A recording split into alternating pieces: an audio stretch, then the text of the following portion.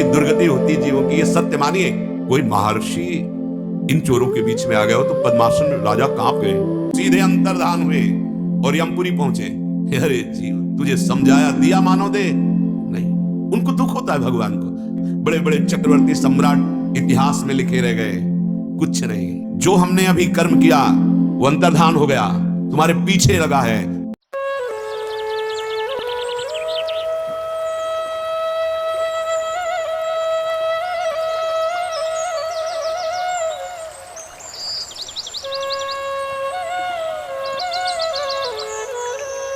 राधा नाम सुधारसम तो पाया नहीं। तो कौन कौन सी दुर्गति होती जीवों की, ये सत्य मानिए। जैसे आपको लगता है कोई नरक नहीं, तो आप बोलो यहां कोई जेल नहीं।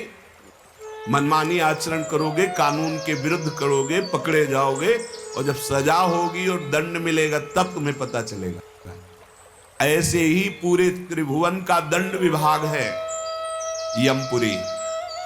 पूरे एक एक सेकंड के कर्म का हिसाब श्री हरिवंश महाप्रभु। जय श्री हरिवंश नरक गति दुर्भर यम द्वारे कटियत नक छीके। कहां छीका? अगर अशुद्ध जगह कर दी तुमने छीक के तो नाक काट ली जाएगी, ऐसा दंड है। आप इशारा दे रहे कि आपने अंगुली उठाई किस लिए? एक अंगुली उठाने का भी आपके कर्म का फल है। फिर ये बड़े बड़े पापाचरण, ये तो बहुत बड़ा स्टॉक है, जन्म जन्म लग जाएंगे पर उनको भोग नहीं पाओगे। अभी उपाय है, भगवान की शरण में होकर नाम जप कर लो तो भगवान कह रहे आम तो आम सर्व पापेभ्यो मोक्षयिष्यामि मा शुचा। जब एक बहुत बड़े महात्मा मांडव्य ऋषि तपस्या कर रहे थे, हाथ उठाकर निरंतर मंत्राकार वृत्ति, कुछ चोर लोग राजा के खजाने से धन चुराया और भागे।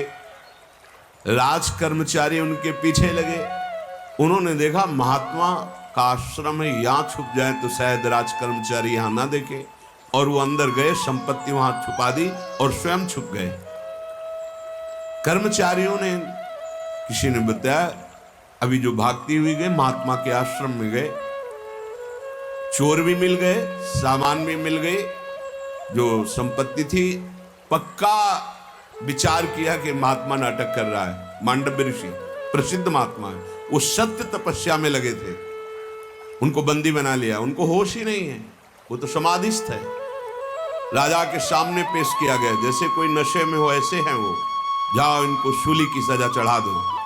शूली एक भाले के आकार का, आसपास खंबे, उन खंबे से चढ़कर दो आदमी ऐसे गुदा द्वार से छोड़ दे। वो गुदा द्वार में ऐसे घुस जाती, जितना घुसा वो तड़पते हुए कितने घंटों में, दिनों में मरेगा, उसकी सामर्थ्य। बहुत ही कष्टप्रद ये प्राणदंड की सजा होती थी। जे ही शूली गुदा द्वार पे, अब उनको चेतना आई, पद्मासन लगाकर बैठ गए। वो तो महायोगी थे, अन्य जो अपराधी थे वो तो तड़प कर मर गए। जब कोई अन्य अपराधी सूली में चढ़ाने के लिए लाया जाता तब पूर्व वाले उतारे जाते। वो जो ही देखा कि पद्मासन में बैठे, राजा के पास गए और कहा महाराज कोई महर्षि इन चोरों के बीच में आ गया हो तो पद्मासन में। राजा कांप गए, क्योंकि तप के महान बल से युक्त ऋषियों का अपराध, अब तो कांप गए कि मेरा तो सर्वनाश हो जाएगा। तो आगे गौ को करके, ब्रह्म ऋषियों को करके प्रार्थना करते हुए गए। मांडव्य ऋषि ने कहा हमें तुम पर कोई नाराजगी नहीं, तुम तो एक निमित्त मात्र हो। मुझे दंड दिया गया है धर्मराज के द्वारा, क्योंकि फाइनल वहां से होता है। मुझे तुम केवल सूली से निकालो, मैं अपने कर्म का हिसाब देख लूंगा, तुम मुझे निकालो। बहुत प्रयास किया गया लेकिन सूली नहीं निकली, काट दी गई। तो उन्हें अणिमांडव्य कहा। वो सीधे अंतर्धान हुए और यमपुरी पहुंचे। धर्मराज जी खड़े हो गए। वही पापियों के लिए भयंकर यम रूप हैं और पुण्यात्माओं के लिए धर्मराज हैं। आइए, स्वागत है आपका। बोले स्वागत नहीं, पहले हमारे प्रश्न का उत्तर दीजिए। मुझे जब से सुधी तब से आज तक मैंने कोई पाप इस जन्म में नहीं किया। मुझे भयंकर ये दंड सूली अब भी नहीं निकली है, गुदा द्वार में ही है, काट दी गई, ऐसा क्यों? तो जैसे अपने टीवी चला दे ना तो दृश्य दिखाई देता है, ऐसे दृश्य दिखाया कि आप 8 वर्ष के थे, तितली को उठाकर बबूल का कांटा डाल के उसके गुदा में छोड़ दिया, उसका दंड है आपको कि सूली की सजा मिली। आप तपस्या कर रहे हो, इससे महान लोगों पर विजय प्राप्त की, आप जिस लोग के सुख को चाहे भोग सकते हैं, पर यह दंड आपको तप के द्वारा वो मिटाया नहीं जाता, वो केवल भगवान मिटाते हैं। हम तो हम सर्वपापेभ्यो मोक्षयिष्यामि मा शुचा। इतने बड़े तपस्वी को भी अपने उस बाल अवस्था के कर्म का दंड भोगना पड़ा, तो तुम तो जवान और जानबूझकर पापाचरण कर रहे हो, तुम्हारी क्या दुर्गति होगी। विचार करके देखिए, ये सत्संग है, ये अध्यात्म तुम्हें जगा रहा है। कोई भी ऐसा नहीं है।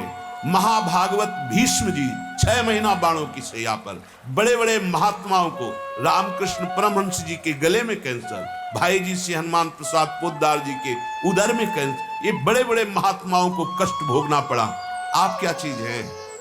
अगर आप ठीक से नहीं चलेंगे तो दुर्गति का वो जो आप कभी नहीं निकल पाएंगे, वो दंड मिलेगा। इसीलिए अधीन कर लेंगे। सुमिर पवन सुत पावन नामो, अपने बस कर राखे रामो। मिट गए राग द्वेष सब तिनके, जिन हरि प्रीति लगाई। प्रभु के नाम की महिमा ऐसी कि महान घोर पापी भी परम पद का अधिकारी हो गया। अपने तप बल से कर्म नहीं मिटाया जा सकता। मांडव्य ऋषि का उदाहरण, भगवान के आश्रित होकर के तो घोर पापाचारी अजामिल परम पद को गया। घोर पापाचारी धुंधकारी सबके सामने, गोकर्ण जी और समस्त सभा के सामने विमान आया, पार्षद आए और विमान पर भगवद रूप होकर के चला गया।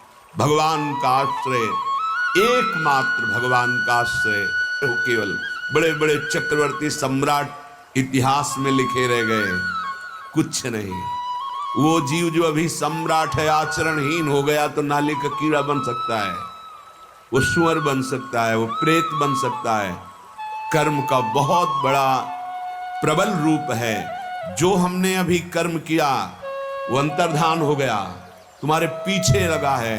समय आने दो, वो तुम्हें नष्ट कर देगा, तुम्हारा कर्म। आज जो तुम नाम जप कर रहे हो, आज जो भगवत मार्ग में चल रहे हो सकता है वर्तमान की परिस्थिति तुम्हारी विपरीत हो, दुखद हो, कोई तुम्हें साथ ना दे रहा हो, लेकिन ये नाम तुम्हारे पीछे पड़ गया।